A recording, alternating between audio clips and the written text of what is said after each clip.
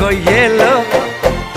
झूठ मत बोलो सजन रे, झूठ मत बोलो सजन रे, झूठ मत बोलो सजन रे, झूठ मत बोलो।